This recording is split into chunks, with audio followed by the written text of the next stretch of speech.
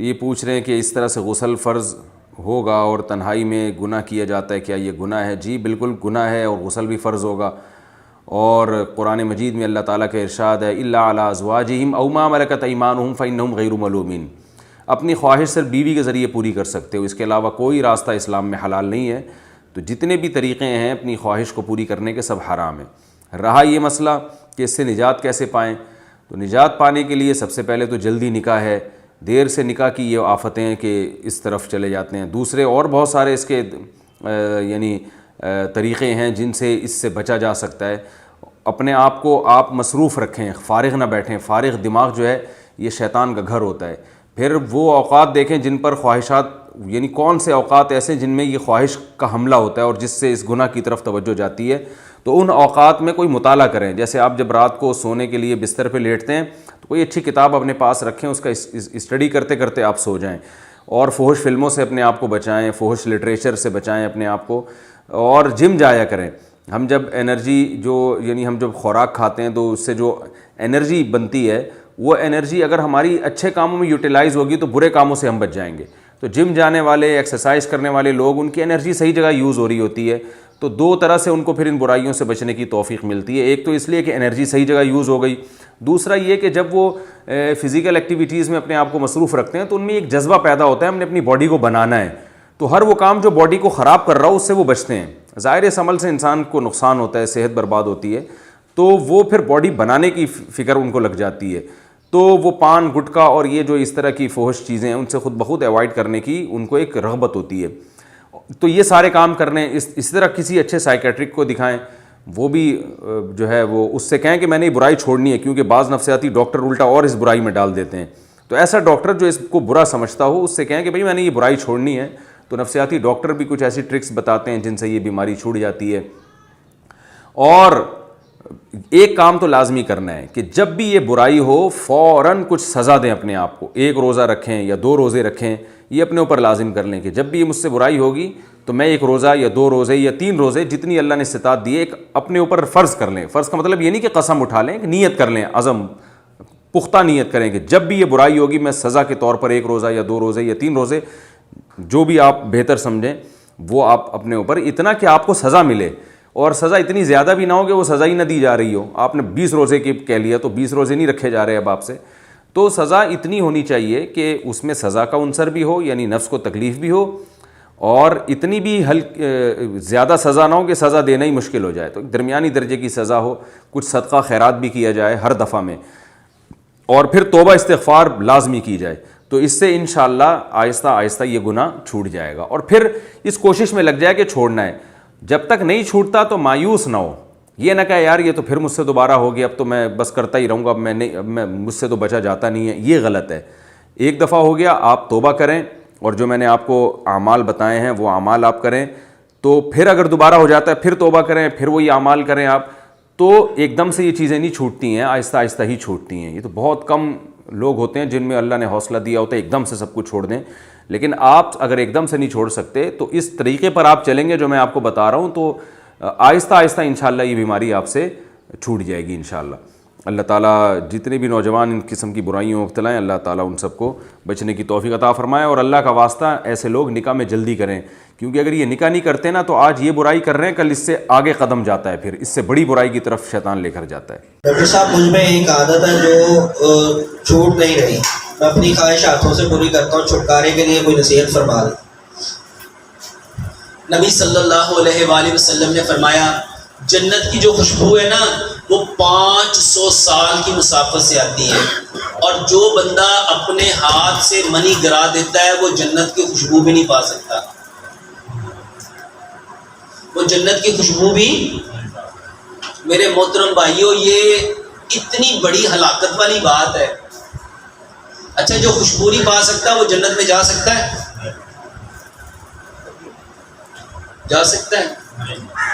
اپنے بچوں کو، اپنے بھائیوں کو واللہ بتاؤ، یہ وہ عمل ہے جو ہمیں جنت میں جانے سے روک دے گا، اور اس عمل کی وجہ سے ہم جنت کی خوشبو سے محروم ہو جائیں گے، اور یہ اپنے ہاتھوں اپنے آپ کو ہلاک کرنا ہے، برباد کرنا ہے، تباہ کرنا ہے۔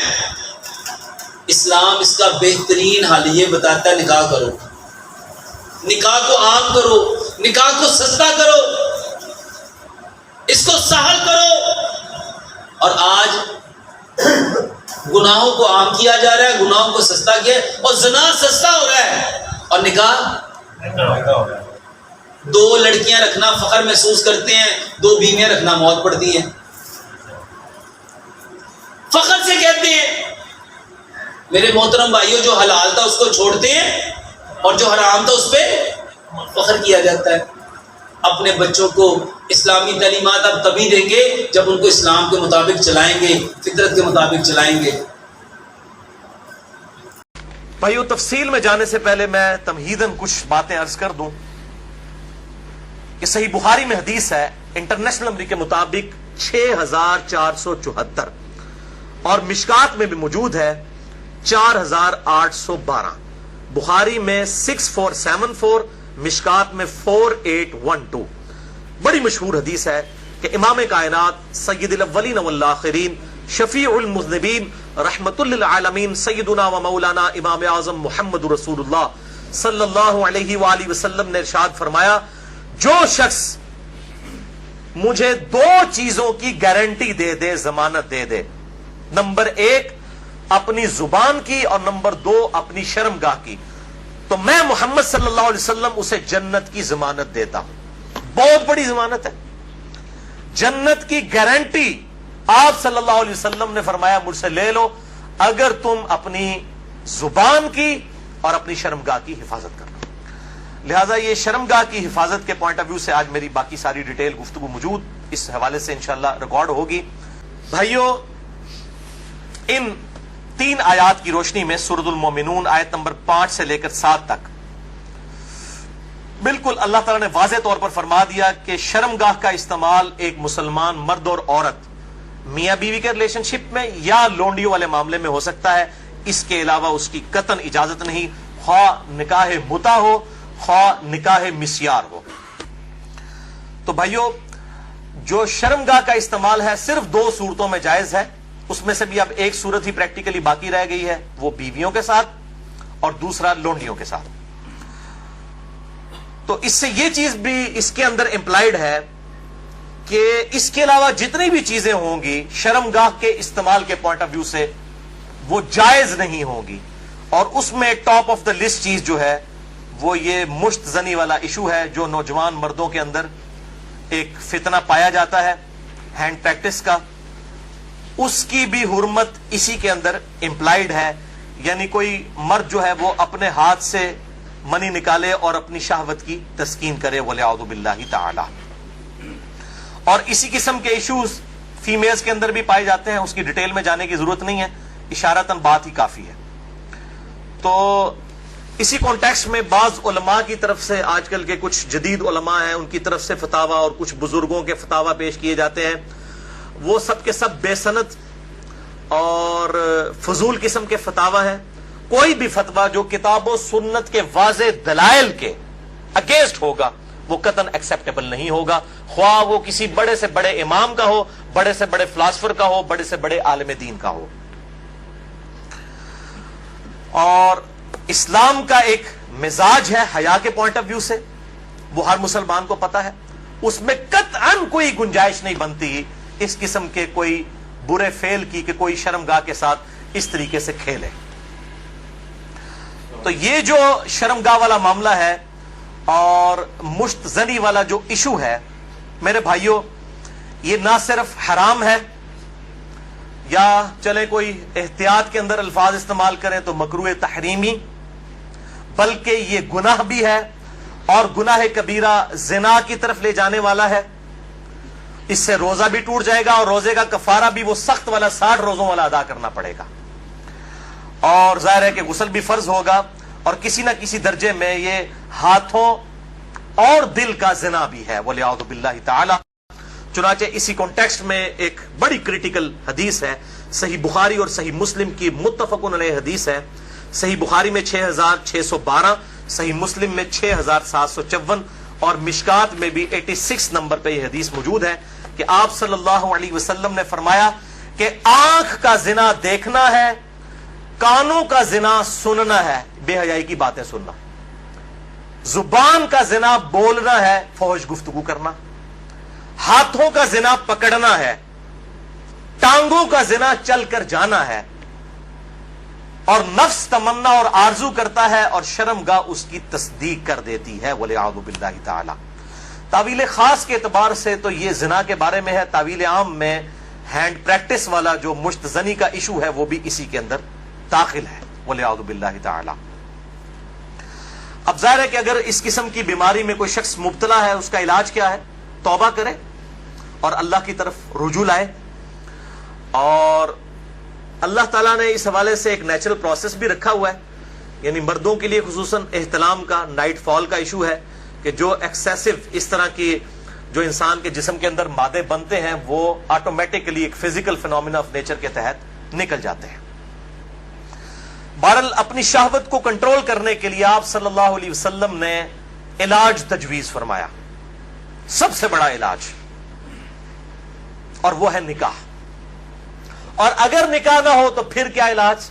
اگر آج کل کے فلاسفرز اور ان جو سو کالڈ بزرگوں کے فتوے مانے جائیں تو وہ تو کہتے ہیں کہ جی آپ نعوذ باللہ جو ہے وہ مستزنی کر لیں، یہ علاج ہے۔ نبی صلی اللہ علیہ وسلم نے یہ علاج تجویز نہیں فرمایا۔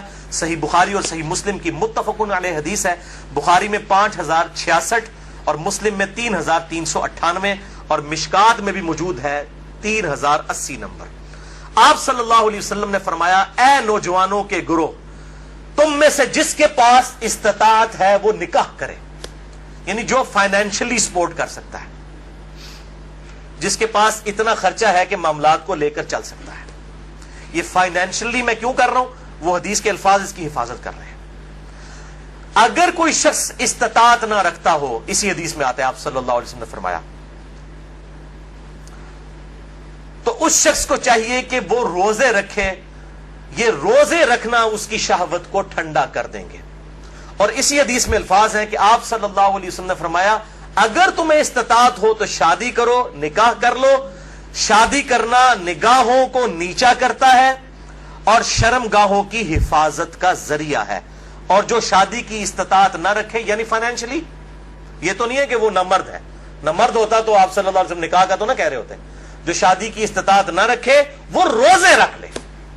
تو یہ بالکل کلیئر کٹ ہو گیا کہ صرف روزے رکھ کر اس حوالے سے شہوت کو کنٹرول کیا جائے گا اور کوئی سورس نہیں ہے۔ اور بھائیو، سوشل میڈیا کے اعتبار سے جو آج کل فتنہ اٹھا ہے، یعنی کمیونیکیشن گیپ ختم ہو چکا ہے فیس بک، یوٹیوب کے ذریعے۔ یعنی پہلے زمانوں کے اندر تو اگر کوئی لڑکی لڑکا آپس میں کسی اعتبار سے رابطہ بھی کرنا چاہتے تھے تو کوئی رابطے موجود نہیں ہوتے تھے، لیکن سوشل میڈیا اتنا بڑا فتنہ ہے کہ کوئی غیر محرم مرد و عورت آپس میں رابطہ کر سکتے ہیں۔ اور میں اس پہ کہتا ہوں یہ اتنا بڑا فتنہ ہے کہ اس فتنے سے صحابہ کرام علیہم رضوان کو بھی نہیں گزرنا پڑا، ان پر قتال کی شکل کا فتنہ آیا۔ یہ فتنہ پنجابی والا نہیں ہے، یہ عربی والا ہے، آزمائش۔ لیکن بے حیائی کا جو طوفان بدتمیزی ہے، بلکہ صحیح سونامی جو ہے، اس کا عشر عشیر بھی صحابہ کے دور میں نہیں تھا۔ کیا اس دور کے اندر صحابہ باہر نکلتے ہوں گے تو 20 فٹ بائی 50 فٹ کی موبائل کمپنیوں کے اشتہارات لگے ہوتے تھے بے پردہ عورتوں کے؟ اور یہ سوشل میڈیا اور ٹی وی، اس کے جہاں پہ پازیٹیو یوز ہے، یہ نیگیٹو یوز والا جو معاملہ اس زمانے میں تو نہیں تھا۔ تو اس اعتبار سے غض بصر بہت ضروری ہے، نگاہوں کی حفاظت کرنا۔ تو آپ صلی اللہ علیہ وسلم نے غض بصر کے لیے، نگاہوں کی حفاظت کے لیے، شہوت کو کنٹرول کرنے کے لیے نکاح تجویز فرمایا یا پھر روزے۔ اور میں ایک اور علاج تجویز کر دیتا ہوں اس حوالے سے، پھکی والا علاج، اجتہادن۔ کیونکہ مجھے اکثر لوگ پوچھتے ہیں، کہتے ہیں جی روزے تو رکھے نہیں جاتے، جی مشکل ہے، گرمی اتنی ہے، وہ اسی لیے تو بتائے گئے ہیں۔ تو میں ان کو پھر ایک علاج تجویز کرتا ہوں، اینٹی وینم۔ کوبرا سانپ کاٹ دے تو اس کے وینم کا علاج اینٹی وینم سے ہوتا ہے، جو کوبرے کے زہر سے تیار ہوتا ہے۔ پھکی والا الزامی فلسفیکل آنسر۔ میں کہتا ہوں میرے بھائی مجھے کئی بار فون کرتے ہیں تو پھر میں ان کے ساتھ سیدھا ہو جاتا ہوں، پہلے تو ایک دم ان کے ہوش اڑ جاتے ہیں کہ یہ کیا کہہ رہا ہے، کہ جی بڑی کوشش کی ہے لیکن یہ بری عادت چھوٹتی نہیں ہے۔ میں کہتا ہوں جی بہت آسان طریقہ ہے میرے بھائی، روزانہ آپ نے 1 منٹ کے لیے صرف موم بتی کے اوپر نا، اس کے شعلے کے اوپر آپ نے ہاتھ ایسے رکھنا ہے 1 منٹ کے لیے۔ تو میں نے کہا انشاءاللہ آپ کی عادت چھوٹ جائے گی۔ کہتے ہیں جی 1 منٹ کون رکھ سکتا ہے؟ تو میں نے کہا میرے بھائی 1 منٹ آپ اس کی پریکٹس نہیں کر رہے تو آپ نے تو انشاءاللہ تعالی اس گناہ کی وجہ سے جلنا ہے جا کے دوزخ میں, تو آج سے پریکٹس شروع کریں. اور بخاری و مسلم کی حدیث ہے کہ جو آخرت کی آگ ہے وہ دنیا کی آگ سے 70 گنا زیادہ تیز ہے, اس میں تو تلا جائے گا. یہاں تو ہم صرف آپ کو مشورہ دے رہے ہیں کہ آپ موم بتی کے فلیم کے اوپر صرف ہاتھ رکھ کے 1 منٹ کی پریکٹس تو شروع کریں نا. تو کہتے ہیں نا جناب آگے دیکھی جائے گی جا کے, تو اللہم اجرنا من النار, تو یہ پریکٹس کرنی شروع کریں تو انشاءاللہ تعالی خود بخود صبر نصیب ہو جائے گا. اسی حوالے سے غض بصر جو ہے, نگاہوں کو نیچا کرنا, اور پردے کے حوالے سے میری ایکسکلوسیو گفتگو ہے. یہ جو ویلنٹائن ڈے کا بھی فتنہ اٹھا ہوا ہے, اس پوائنٹ آف ویو سے مسئلہ نمبر ہے 106. کالج اور یونیورسٹیز کے لڑکوں اور لڑکیوں کی ڈیٹس پہ ملاقاتیں اور پردہ اور بے حیائی سے متعلق صحیح احکام و مسائل اہل سنت پاک .com پہ, جسے شوق ہو تو وہ دیکھ سکتا ہے. مجھے ننگی فلمیں دیکھنے کی عادت پڑ گئی ہے, تو بزرگوں کا چاہیے کہ آپ کو کمرے میں بند کر کے ٹھیک ٹھکائی کریں, پھر عادت مٹے گی. ایسے لاتوں کے بھوت باتوں سے نہیں مانتے. اچھا پتہ نہیں ان کو کیا چیز دیکھنے میں مزہ آتا ہے, کوئی شرم تو کرو. میرا ایک دوست ہے, بہت بڑا سرجن ہے, گائنی کا, یہ عورتوں کی جو ولادت ہوتی ہے نا, اس کا بہت بڑا یعنی انٹرنیشنل لیول کے فیم کا آدمی ہے. مجھے اس نے کہا مکی صاحب کبھی کبھی کیس مشکل ہو جاتا ہے, میں تو کوشش کرتا ہوں کہ ولادت دے دی ڈاکٹر کرے, میں صرف باہر کمرے کے باہر کھڑا رہتا ہوں کہ کوئی مشکل پیش آ جائے تو مجھے بلا لیا, میں خود نہیں جاتا, بچنے کی کوشش کرتا ہوں. کیونکہ عورت کی تکلیف دیکھ کے کبھی دماغ اس کا کم ہو جاتا ہے, تو پھر جلدی جلدی ہمیں بلا لیتے ہیں, ورنہ میں نہیں جاتا. لیکن کبھی کیس اتنے پیچیدہ ہوتے ہیں کہ ہمیں خود جا کے اس بچے کو نکالنا ہوتا ہے, کبھی سیزیرین بھی کرنا پڑتا ہے, آپریشن بھی کرنا پڑتا ہے. انہوں نے کہا مکی صاحب وہ بندے عورت کو اس حال میں دیکھنے کے بعد مہینہ تو مجھے اپنی بیوی سے بھی نفرت ہو جاتی ہے. پتہ نہیں تم کیا دیکھتے ہو فلموں میں, کیا چیز تمہیں اچھی لگتی ہے.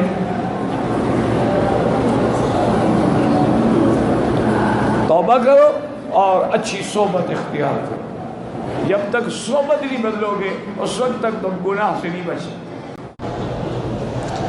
ایک آدمی اپنے ہاتھ سے شہوت کو مٹاتا ہے, یہ بہت بڑا گناہ ہے. گناہ بھی ہے اور اس کی اپنی بربادی بھی ہے کہ اس کی قوت جو ہے وہ ختم ہو جاتی ہے.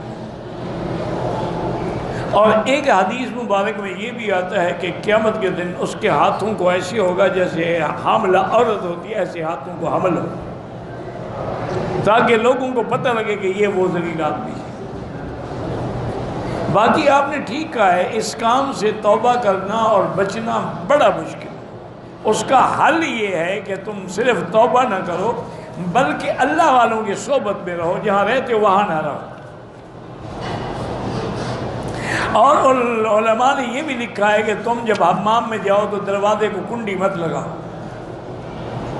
تاکہ تمہیں خوف رہے کہ بھی کوئی آ جائے گا, تو اس وجہ سے بھی تم کچھ بچو گے اس گناہ سے. بہرحال علاج یہی ہے, توبہ کرو سچے دل سے, رو رو کے گڑ گڑا کے اللہ سے معافی مانگو اور صحبت صالحین اختیار کرو. بہرحال اپنے ہاتھ سے شہوت مٹانا بہت بڑا گناہ ہے. توبہ کریں, استغفار کریں. انسان ہے, اگر ایسی خواہشات بڑھ جائیں تو اس کا علاج ہے کہ کوئی ٹھنڈا شربت پینا شروع کر دیں تو کنٹرول